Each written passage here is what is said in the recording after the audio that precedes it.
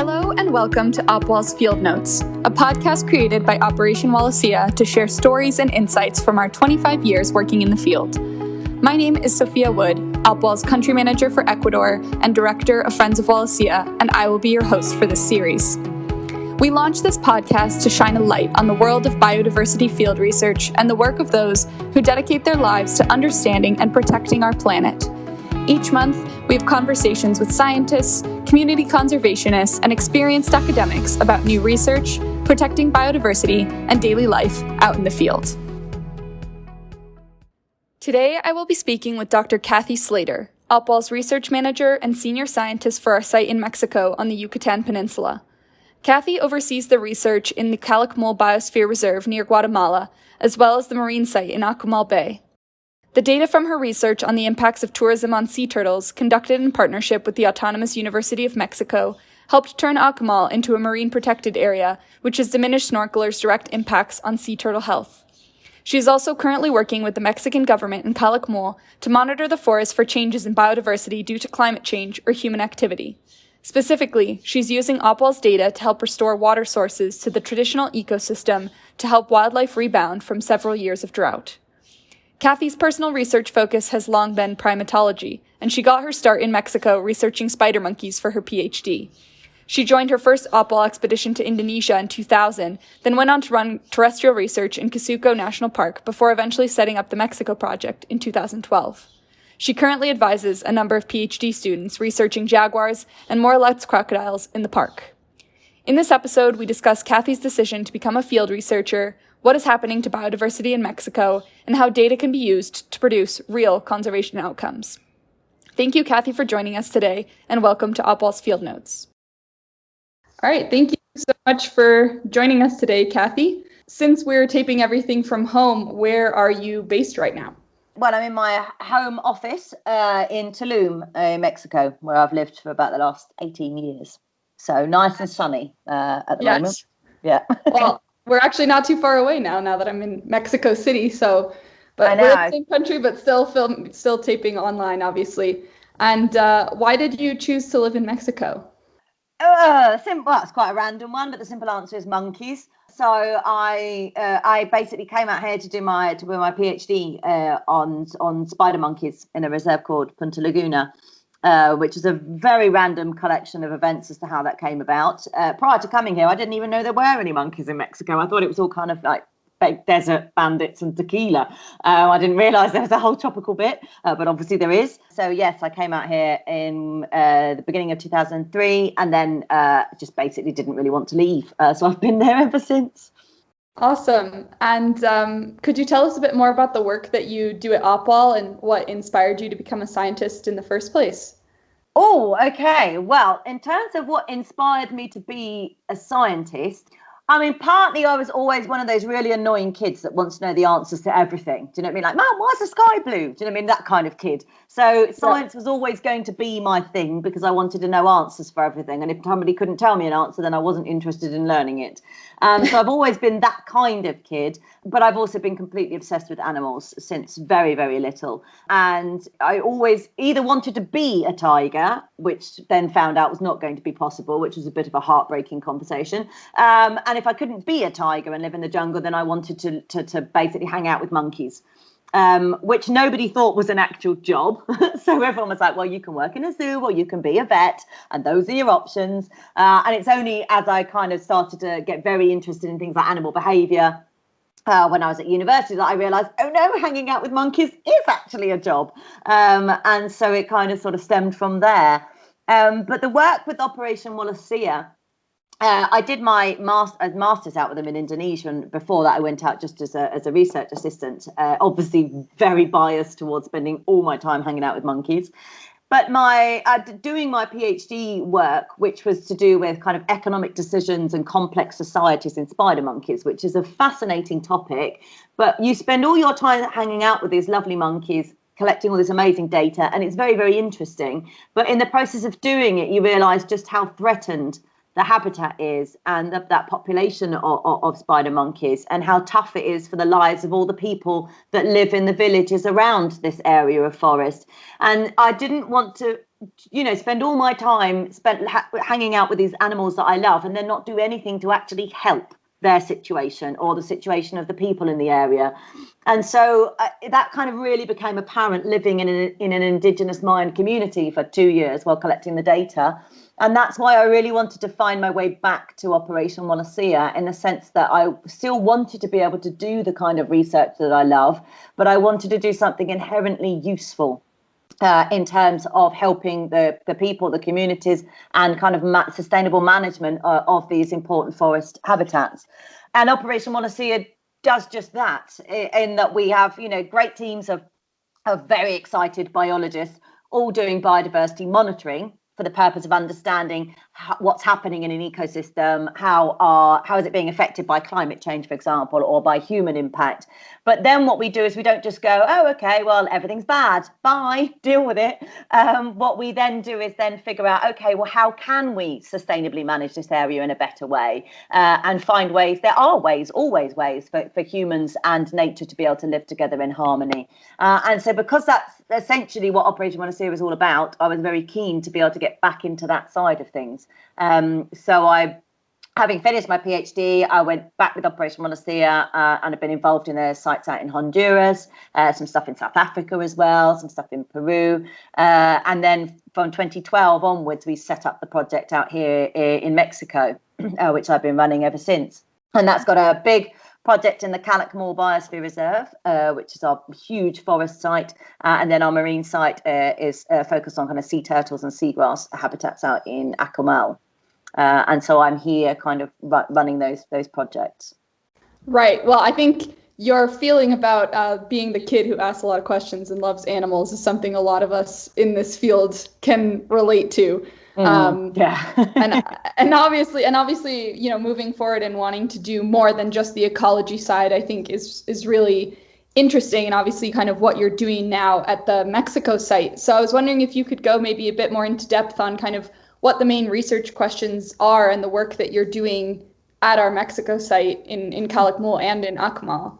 Yes, I mean, obviously I'm a terrestrial scientist by nature, and obviously there's a lot of monkeys in Calakmul.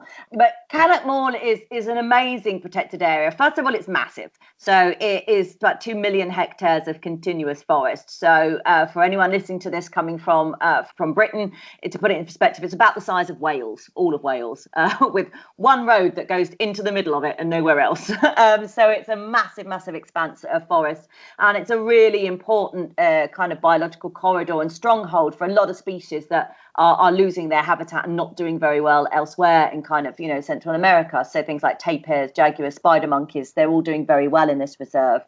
And the reserve itself is incredibly well managed. It's got an excellent dedicated team there working alongside all the Indigenous Mayan communities. So it sounds like just the most amazing place, which it is. The problem we've got is that we've been experiencing seriously prolonged droughts, which seem to be linked in with climate change. And even if it does rain, it tends to rain in dry season instead of in rainy season. It's completely unpredictable. And so we have massive problems for how the local people can kind of adapt to try and live in this changing environment, and huge impact on all of the fauna in this reserve, because if it doesn't rain and all the water disappears, they can't survive in that reserve. And if they leave the safety of the reserve, then all the fauna are very vulnerable to hunting, for example. And so the reserve were in a situation where they understood that what we've been doing for years won't work anymore in terms of a management strategy, but we don't actually know what to do, or do we need to do the same thing everywhere in this massive reserve, or when they needed information. And so when I was doing my PhD research out here, that was in conjunction with an amazing Mexican NGO called Pro Natura Peninsula Yucatan. And those guys specialize in working with Indigenous Mayan communities to enable them to sustainably manage their own land. And so there's a team of people that can have the right solutions for projects that can go on in communities if they know what to do, where is most needed, and what kind of things we're tackling. And you've got an excellent reserve management team that are very receptive to change and what they need to do, but they need the data to figure out what the hell's going on. And obviously, they've never been able to find anyone who could tackle such a massive place that's logistically so difficult to work in. So it worked out being a brilliant fit with Operation Wallacea. And yes, we have been able to monitor how badly disappearing water bodies are in that reserve because of climate change. And to put it into perspective, that we're in a part of the world, we're on a big slab of limestone karst. So we don't have any rivers or streams in the Yucatan Peninsula where Calakmul is based. In other areas, you have these underground rivers and you have these sinkholes, which are called cenotes, where bits of cave has collapsed in. And so there's access to that underground water. But where we are in Calakmul is so far south, those underground rivers are about 100 metres underground. So there's no access to them for fauna or even for trees to push their roots in. So we're completely reliant on rainfall, which then basically rains, and in the heavy rains, water flowing across the forest floor just accumulates in kind of the lowest lying ground. And in that area, because loads of leaf litter washes into that low-lying ground with the water, that leaf litter starts to rot down, and that causes kind of a membrane, like a mucus layer, that stops water from filtering through the limestone karst. So you end up with ponds, or some of them actually the size of about a lake. And so these rain-filled water bodies we call locally aguadas, and they are the only sources of water for people and for fauna in this region. And so if it doesn't rain, then they all start disappearing. And nobody really realised how bad the situation was until we really started to get our data collection underway. And to give you an idea of how drastic it was, by 2018, 90% of all these water bodies had disappeared in the reserve, which is just drastic. And we were also able to show how badly affected the fauna were. Not all fauna, but a lot of them were. And so having that kind of data enabled us to actually do things about it. Because if you think about it, if you're in the middle of a biosphere reserve, it's also an UNESCO Mixed World Heritage Site of Culture and Nature, in the core zone of a massive wilderness area, your conservation strategy is supposed to be preservation. You're not supposed to do anything because nothing's supposed to need doing. It's a massive protected area and it's fine just as it is. But actually, we were at the stage, well, if we don't do anything, it's not going to be preserved. Everything's going to die. And that's how bad it's got. Nothing is going to survive another year of this. But in order to be able to get permits to be able to do something about it and start trying to restore aguada habitats, you need the data to be able to show that this is necessary. And thankfully, because we had that data, the reserve were able to get a substantial amount of emergency funding from UNESCO.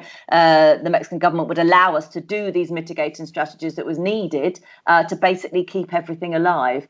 And so now we have this kind of adaptive strategy of working with communities, how they can adapt what they need to do, how we can mitigate and manage this habitat to be able to cope with the changing environment.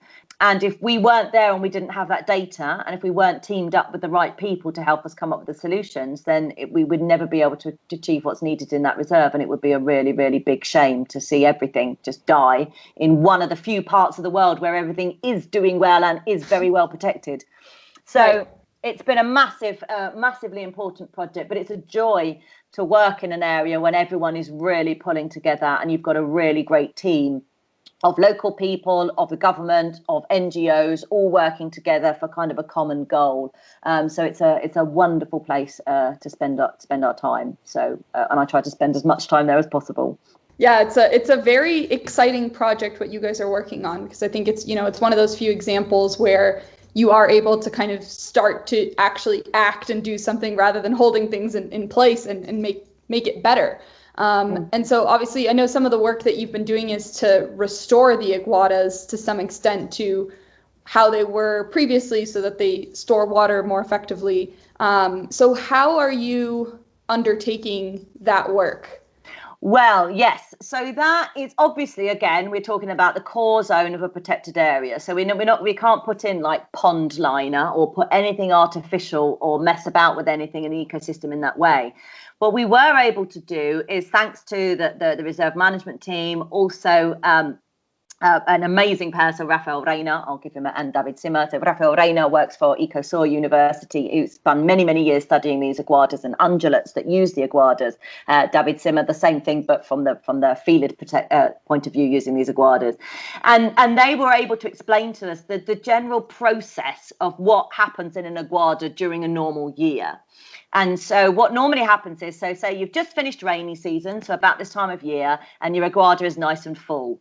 And you're then going to go into dry season where the water levels are going to carry on reducing and reducing and reducing in that aguada. And as it reduces, more of your kind of semi-aquatic vegetation and reeds and stuff start growing in it. And those reeds are actually an important food source for a lot of your ungulates, particularly tapir and a lot of your deer. And so what happens is that those tapir and deer start coming into the aguada, and they're actually trampling around on all this vegetation, eating a lot of it, but squishing loads of it into that leaf litter and helping to maintain that important rotting kind of layer of leaf litter that stops the water filtering away. And so they carry on squishing stuff into the mud, and gradually it's less and less water and more mud. But what they've done is carry on mixing it up and creating this nice protective layer. And then the rains come again, and as soon as the rains start hitting, that aguada starts filling back with water again because it's got that protective layer that stops water filtering away. So that's your normal process throughout the course of a year of an aguada. And what we had found was that because we were monitoring aguada water levels as well as monitoring rainfall, what we were finding was we had many years of nowhere near enough rainfall, no proper rainy season. But then actually in the end of 2017, we did get a normal rainy season, but none of the aguadas filled up with water again. And that's when we realised there was no longer a correlation between aguada water levels and rainfall. Something had happened. It's like they'd lost their ability to fill with water again. And when you go to a lot of these aguadas, what has happened is they've been dry for so long, they're filled up with lots of different secondary vegetation. So non-aquatic vegetation that shouldn't be in there. And they've lost that squishy, gooey, protective leaf litter layer. And so what happens is when it starts raining, you just get bigger plants. It never goes back to being a water body again. And so we realised it needed a bit of a kickstart to be able to do that. So what we needed to do was mimic that work that the ungulates normally do to get the aguada at the end of dry season before the next rains come to be in the state it should be in to be able to fill up with water again. And so we had a lot of machete-wielding scientists out basically clearing out the vegetation that shouldn't be in there. But then if we just cleared it out and left it, it still hasn't got that rotting leaf litter layer. So that was the really fun bit where we basically ended up with sacks and sacks and sacks of leaf litter and taking them down to these aguadas, also with some water from water trucks if needed to be able to actually make some mud. And then we would throw all the leaf litter in, and then we had hundreds of Opwall students jumping up and down and rolling around on top of all of this leaf litter in mud to mimic what the ungulates would normally do. So that by the time we got to towards the end of August, just before the really heavy rain start in September, we had aguadas with this icky, muddy leaf litter layer at the bottom of them. And then when we did that, of course, when the rains came again, they all filled up again. And the aguadas that we didn't manipulate carried on being completely dry, were filled with vegetation, and the ones that we did manipulate filled back up again. So it was by understanding how the fauna normally utilise these water bodies, we were able to mimic that process in order to kickstart the aguadas again and get them to fill up again without having to introduce anything artificial into those sites. So it was a very cool study that we were playing about with doing these different methods, and we did them in 2019. And yes, we've cracked it. That method works. And so it's amazing to be able to restore water back into the middle of the core zone and keep those animals in there and keep them safe. That's amazing. And what an interesting and unique project, obviously, of getting to actually kind of rebuild how the ecosystem was before. I wanted to ask you kind of what the difference is between this restoration work that you've been doing in the aguadas and rewilding, which has become a really trendy topic in conservation. And what are the results you kind of hope to see as we go forward now that you have restored the aguadas? Okay, so rewilding is an amazing thing when essentially what you're doing is you're allowing nature to take back over. But it's normally going to be in a situation where you've got cultivated land. So it's often an area where you have had farming going on. It's not a pristine habitat by any means at all. And what you're allowing is nature to come back in. So the species that should naturally be in that area, you're allowing them to take back over and restore the ecosystem to what it once was.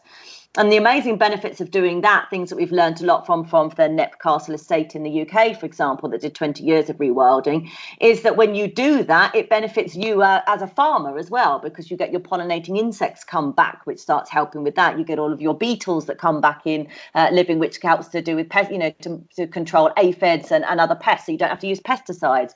And understanding how nature in these ecosystems works can be incredibly beneficial, not just for conservation, but also for farming and for food production for people. So it's an amazing concept. What we're doing is we are actually in a wilderness habitat. We are in a pristine habitat, but it's one that's basically being really badly affected by climate change. And yes, you could say, well, just do nothing. It's part of what's going on in the world and leave things as they are. But the thing is that what those animals would normally do is if you've got, an area where the climate is changing, it's drying up, they would migrate south. Or they would migrate, heading down towards Belize, into areas where you've actually got rivers, for example.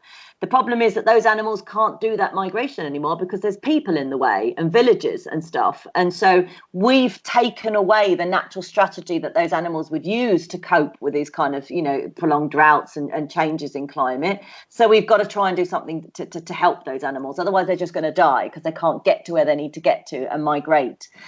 And so what we were doing was basically trying to kickstart an ecosystem to get it back to be able to function again. So it's a slightly different sort of approach, and it's quite specific to what we were trying to do. One of the reasons we needed to do it is because what we were starting to find is massive declines in a lot of our fauna. So things like our reptiles and amphibians, a lot of which actually live at these aguadas, massive declines in their abundance and diversity, and lots of endemic species that we only find in the Yucatan Peninsula were suffering particularly badly. In the case of our felids and our ungulates, we were starting to see mass migrations, which is what they would normally do. The problem is that what they ended up doing was just heading out of the safety of the core zone of the reserve and into the buffer zone, trying to it's almost like in the southeast buffer zone, almost like they know that if you go a bit further south from this, if you could get there's rivers and it's a much more humid climate. But they can't get there. And so they end up around the buffer zone of the reserve where you've got farmland. And the problem is that a lot of these ungulates, the more abundant ones like your deer and your peccary, your collared peccary, indigenous Mayan communities are legally allowed to hunt them outside of protected areas. So if those ungulates wander outside the protection of the reserve, they're fairly soon going to get eaten by people. If that happens, then what happens to all of the felids that have been following them out, and also migrating? And one of the big problems that you end up with is massive conflict, particularly with jaguar, because they leave the safety of the reserve, not because they particularly wanted to, but because there's no water, and the ungulates that they feed on have also left the reserve. Those ungulates get eaten by people, and you've got jags hanging around near farmland where you have got livestock farming going on. And so inevitably what happens is that the jags just stay there and go, well, I'm going to eat cows and sheep now instead. And so they end up being persecuted by farmers, and you have all this, conflict going on with farmers and jaguars, which is not a new concept. It is a common problem in different parts of the geographical range of jaguars, but hasn't really been a problem in Calac Mall because there's just so much natural prey available that jags wouldn't normally bother going anywhere near people. And so you've got this new massive problem in the buffer zone, which affects people and fauna, and it's all caused because there isn't enough water in the core zone. So if you can get the water back in the core zone, all your animals should range back into the areas, and it alleviates problems for the fauna themselves and also for the people. And thankfully this year, this is what we've started to see, that the people around the communities aren't really seeing jags anymore. They aren't seeing these high numbers of animals hanging around their farmland. They've all gone back into the middle of the forest because the water's back.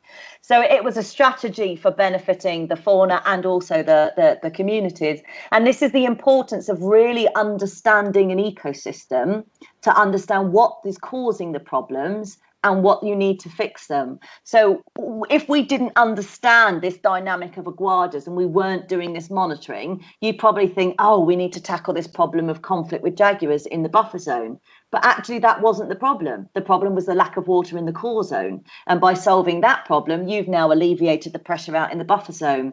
So it's where science really can help conservation, when you fully understand what is going on in your ecosystem and what's causing the problems and what's the best way of solving them. And so that's what we're very pleased to be achieving at this particular site.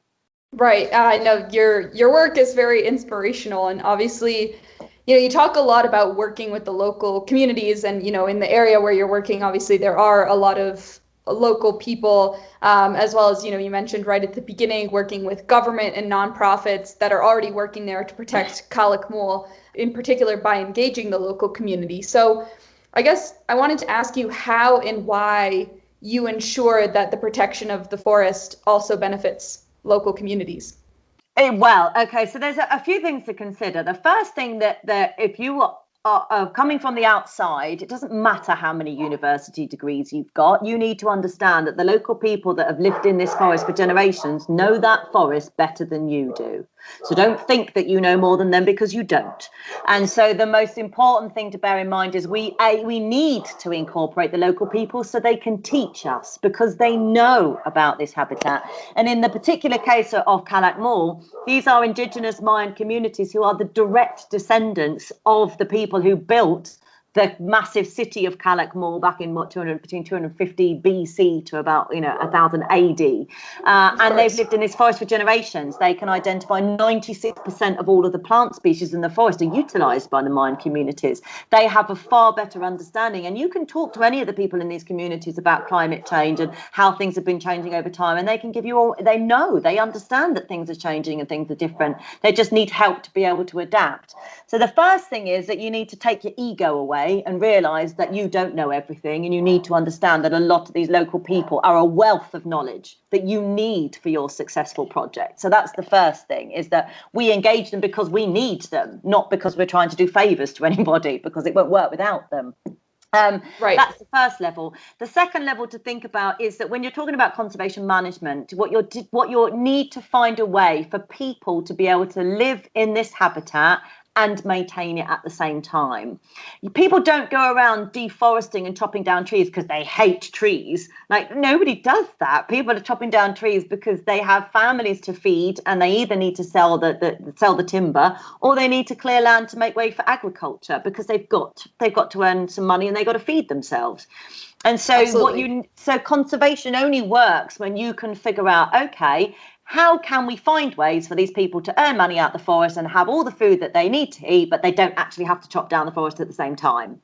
And that's when the only way that conservation works. And if we didn't do that, and all we did was biodiversity monitoring, all you're going to do is monitor the decline of a fantastic place. And that doesn't help anybody, does it? So it's got to be always in collaboration with your local communities, to learn from them and to work with them to be able to find sustainable solutions. And they can be from a variety of things. You generally want to do as many different things as possible rather than putting all your eggs in one basket. So yes, we have been with Pro Natura Peninsula de Yucatan, our partners. This is their area of expertise. So again, we learn from them. We're the biologists that do the monitoring to understand the ecosystems and what needs to be done. Those are the guys that have all of these different solutions, from training up local people to be able to work as specialist tour guides, which becomes a very nice source of income. They're all certified by the Mexican government. So that's one angle. More sustainable forms of agriculture. Honey production is the big one that's worked brilliantly in Calakmul. And again, that's understanding your history. What was the major source of income that the ancient Mayans had from that forest? Was honey production. Honey was what they traded with everybody. And so we've got all these amazing native bees. And what do they feed on? Flowers from the trees in the forest. So you can earn money out of that forest just by basically using the bees that already live there, feeding on the flowers from the trees that already live there. And in a world where, bees are not doing very well everywhere else in the world, but brilliantly in Calakmul, they're now one of the largest producers of honey in the world. And this is all 100% sustainable. It's organic, certified organic, and you don't have to chop down any trees at all to do that. And so again, understanding how your history, the Mayan communities, and finding out ways of generating different income. Aloe vera production is another one. The Body Shop actually buys all their products that have aloe vera in them come from indigenous communities, where women's groups are actually farming aloe vera around their houses, in their gardens, and that's an extra top-up source of income. So lots of different projects and different ways of managing things. At the same time, the people who manage the reserve, they are the ones who understand about the different land use, about land rights, about what the reserve is actually needed, the vigilance management. And so if you don't work alongside them either, you're going to do a project that sounds wonderful but isn't necessarily the most useful. And the advantage that we had is that Pro Natura already worked very closely with CONAMP, which is the Government Department for Protected Areas that manages that reserve. And so we asked them, what do you need? If we do a project here, what is necessary? And it was those that the guys who said, we are so worried about what's going on with these aguadas and these water bodies. We can't get to all of them to monitor them. The area is too big, but we think it's bad. We just don't know how bad it is. And so if we hadn't approached them first to find out what they needed, we may not have actually made that the focus of our monitoring project, in which case our monitoring project wouldn't have necessarily been that useful. So it's a case of understanding what it is you know and what it is you don't know, and who can answer the questions that you can't answer, and get yourself a team together that collectively can do a really successful conservation project. And so the success that we've had in Calakmul would not have happened if it was just Operation Wallacea. All we would have been able to do is monitor the decline of things and not really understand it. But teaming up with the reserve management team and with Pro Natura, now we've got a project that actually dynamically works. And so, and also with all the communities as well. So it has to be a big collaborative effort of everybody working together to find sustainable long-term solutions that work. And the good news is that those solutions do exist. That's the great thing about conservation, is that it's not just about, oh, everything in the world is horrible and it's a mess and, we've got to try and do something. There are solutions. You've just got to work together as a team to be able to actually make them work. I think that's a fantastic point about looking for local partners, obviously working with the local communities and looking for people to fill different skills gaps. Mm-hmm. And it's not something that every conservationist or every conservation organization necessarily knows how to do effectively. I think the example, obviously, of what's been able to be done in Calakmul by having these partnerships is a great example of how that can work really well. Changing the topic a little bit, this year, pretty much every field researcher on Earth has seen international projects interrupted. What are the potential implications of this gap in data for biodiversity and protecting areas like Calakmul? Well, at Calakmul, we've had a very specific situation, is that after about 10 years of kind of prolonged droughts, 2020 just was kind of sticking with the general theme of the apocalypse that went on in 2020. We had about 10 years worth of rain in 6 weeks. We had 6 tropical storms all hit the reserve at once, and then rainy season happened. So we went from complete and utter kind of drought and desperation to extensive flooding. Now, from the point of view of the fauna, you think, oh, yay. But if you have extensive flooding, farming and agriculture still isn't going to work. It's not been better for the communities. It's just been one extreme rather than another extreme. And so not being able to be there, is not being able to help the communities coping with a different climate change drama of excessive, ridiculous rain, so you still can't grow any crops. And we haven't been able to monitor how well fauna has been bouncing back or adapting, and what, have we getting huge amounts of fauna migrating back up from Guatemala, from Belize, for example, into the reserve. So we have a big gap in our monitoring data. And it would have been glorious to be able to be there collecting that from the point of view of our biologists, but also really needed from the point of view of the communities to sort of say, well, because things like, for example, the honey production, the bees just stop producing honey if you get ridiculous amounts of rain. And so now we're realizing, we're thinking we've solved all the problems because we keep dealing with not enough rain. But did we have any strategies in place for too much rain? No. And so now we need to figure out how we're going to deal with that side of things with the communities. And so it was a big blow to not be able to be there for 2020, to be able to deal with a completely different type of extreme.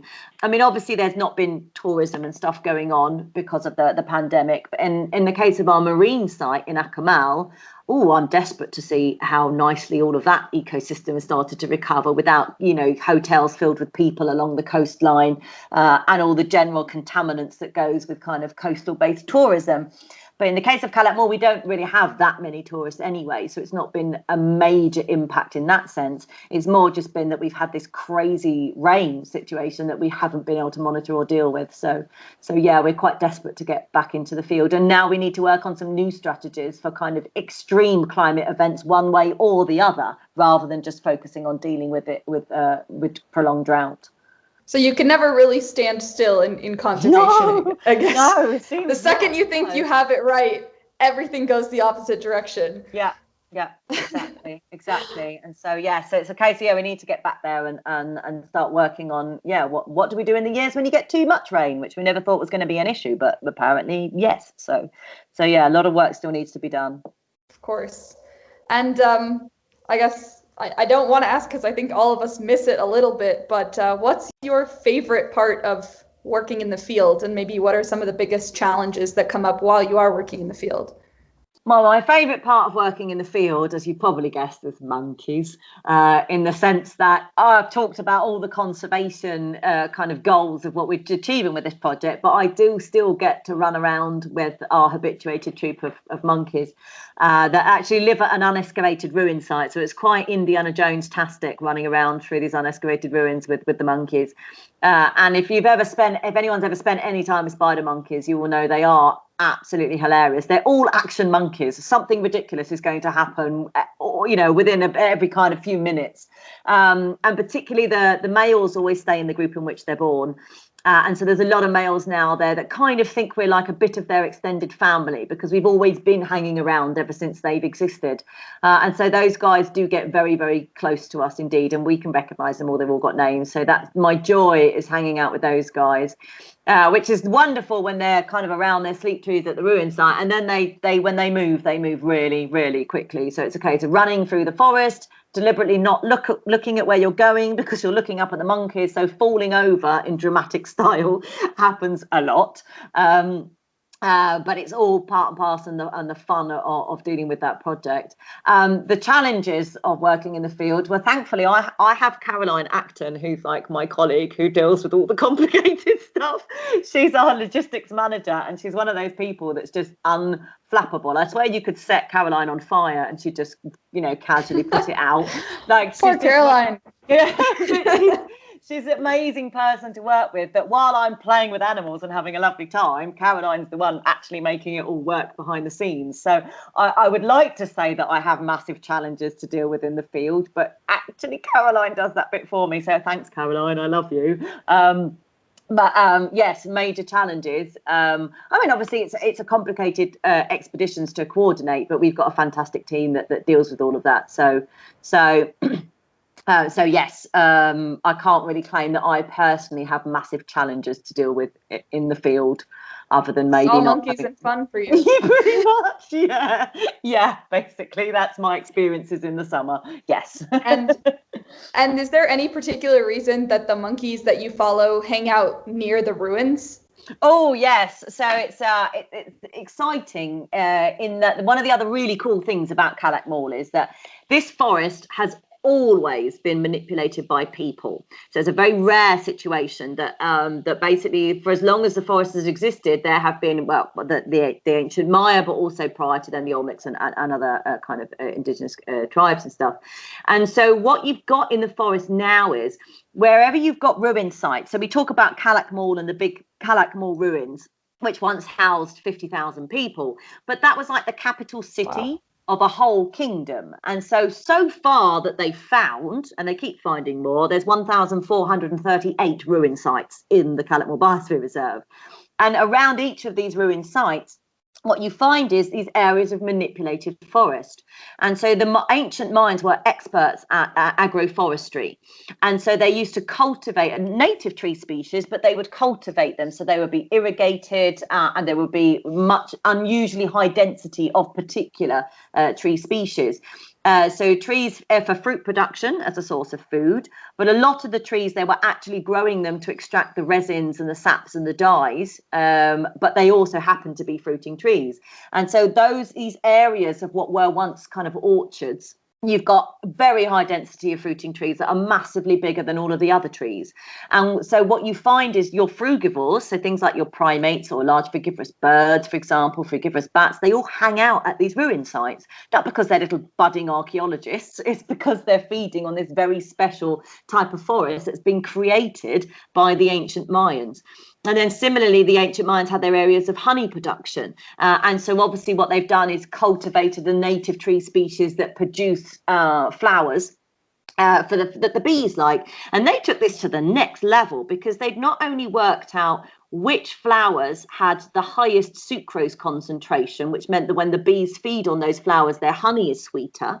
They'd also discovered that of one particular native tree species, the chechen, when the bees feed on the flowers of that tree species, it's got a special enzyme in it that means that the honey that the bees produce doesn't crystallize. So the Mayans managed to work out how to make ridiculously sweet honey with an endless shelf life. And so that's amazing. Isn't it amazing? But when you go into those bits of the forest, obviously that's where all of your insectivores, where all of your nectivores are, because of all the flowers in those particular areas. And so it's really cool that you have this. It's not a normal forest in any way. And it's really interesting to be in a place where humans made a habitat better, which doesn't normally happen, does it? But the ancient Mayans, the reason we have the biodiversity in this reserve is because of the ancient Mayans, not in spite of them. And that's the reason why it's got that dual award from UNESCO. It's a mixed World Heritage Site of culture and nature, because you wouldn't have one without the other. And so that's what makes it a very exciting place to work in, when you start understanding these dynamics of which particular species hang out in which particular parts of the forest. But that's why there's always going to be monkeys at ruin sites, because of the special kind of remnants of these 2,000-year-old orchards that are adjacent to them, which is super. That's fascinating. That's so cool. You make me very much want to visit, and I hope we've convinced a few more people to visit also. Yeah. Well, obviously, you've talked about the crazy biodiversity of this area where you're working in Calak Mul. What's the craziest or coolest thing you've seen while working there? Oh, yes. Yeah, this is one of my, this was a particularly special experience. I had the most amazing walk through the forest, but I was actually only not even 100 meters I walked. But this was a few years ago. I think it was about 2016, I think. And the BBC we'd just arrived in the reserve. They were there with us because they were doing some filming for their Mexico documentary. And they just arrived, and it was the afternoon. And our study group of monkeys is not that far from our main research camp. So I said to them, "Hey, I'm going to go and say hi to my monkeys." I was like, "Does anyone want to come?" And all the guys from the bee were like, "No, actually, we've got to sort out our cameras and blah, blah, blah. So we'll just kind of leave it to it." I was like, "Oh, okay, fair enough." And so I drove down to this particular area. And I walked through for the forest. I saw kind of all of my monkeys. So I saw about 50 monkeys or something as I was walking through. I saw a head of kind of peccary. I saw some ocellated turkeys. I saw toucans. And then I saw a deer that was basically feeding. It was actually an artificial water trough that we'd put in where there should have been an aguada, so that there was a source of drinking water in an area where animals normally expect there to be water. And so anyway, I saw this deer, and it was basically drinking from the water. And so I thought, oh, well, I'll sit down and watch that. And so I started backing away. So I wasn't looking where I was going. I was backing away, walking up the slight banks toward the edges of this dry aguada, so I could sit down and observe this deer. And I kind of was stepping backwards, and I sort of plunked myself down in the forest to sort of sit down. And as I sat down, I heard this kind of like noise, and I thought, "What's that?" And I looked to my left, and I'd literally walked backwards and sat down about 5 meters away from a male jaguar who was also watching the deer, presumably getting ready to kind of eat it. And we had this amazing experience where the jaguar just kind of looked at me with this like really condescending look on its face, to kind of be like, "Yeah, thanks, mate. You just ruined that for me." And so we just kind of looked at each other for a bit, and I was like, "Hi, sorry." And then what felt like half an hour of sitting 5 meters away from a jaguar, in reality, it was probably about 30 seconds. And the jag just kind of went, "Right, okay, well, that's all over then," and just kind of casually got up and just wandered away.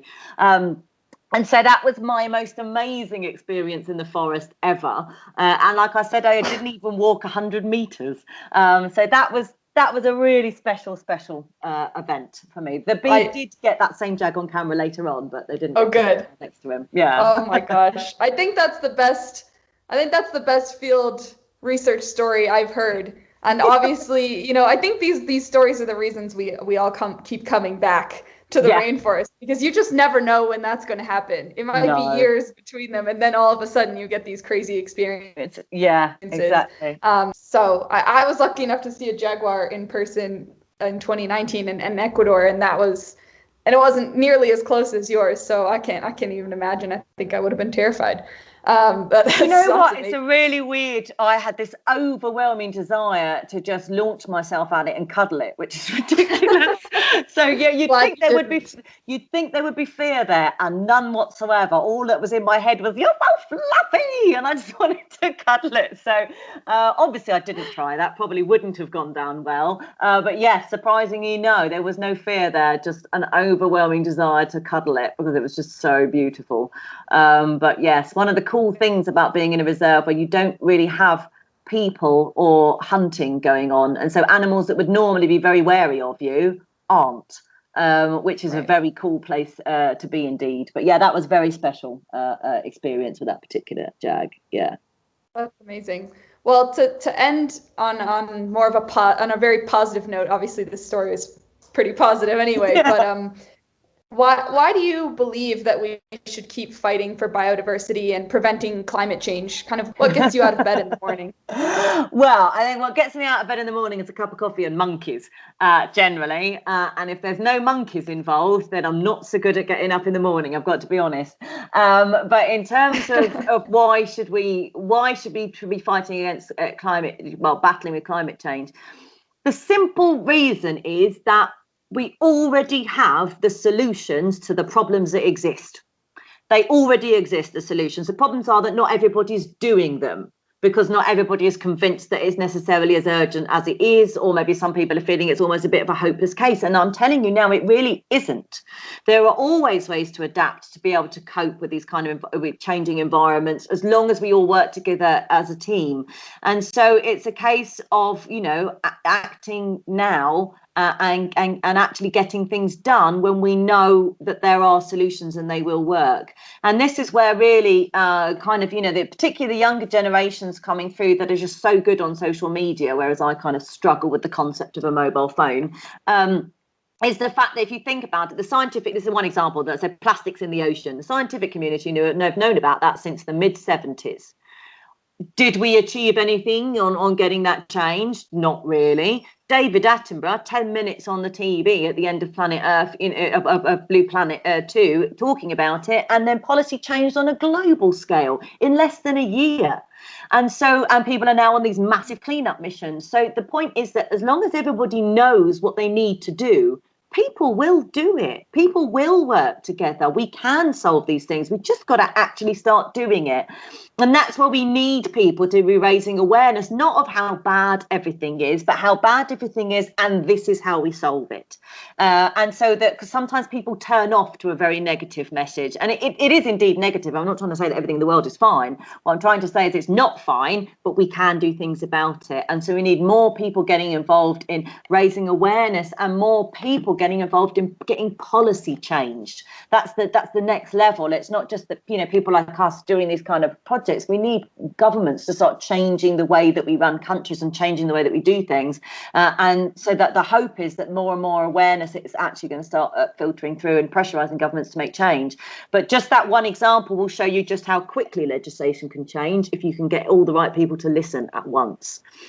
And so that's why we do need to carry on raising awareness and fighting, because it isn't a losing battle. There are solutions. We just got to actually do them, and do them now, basically.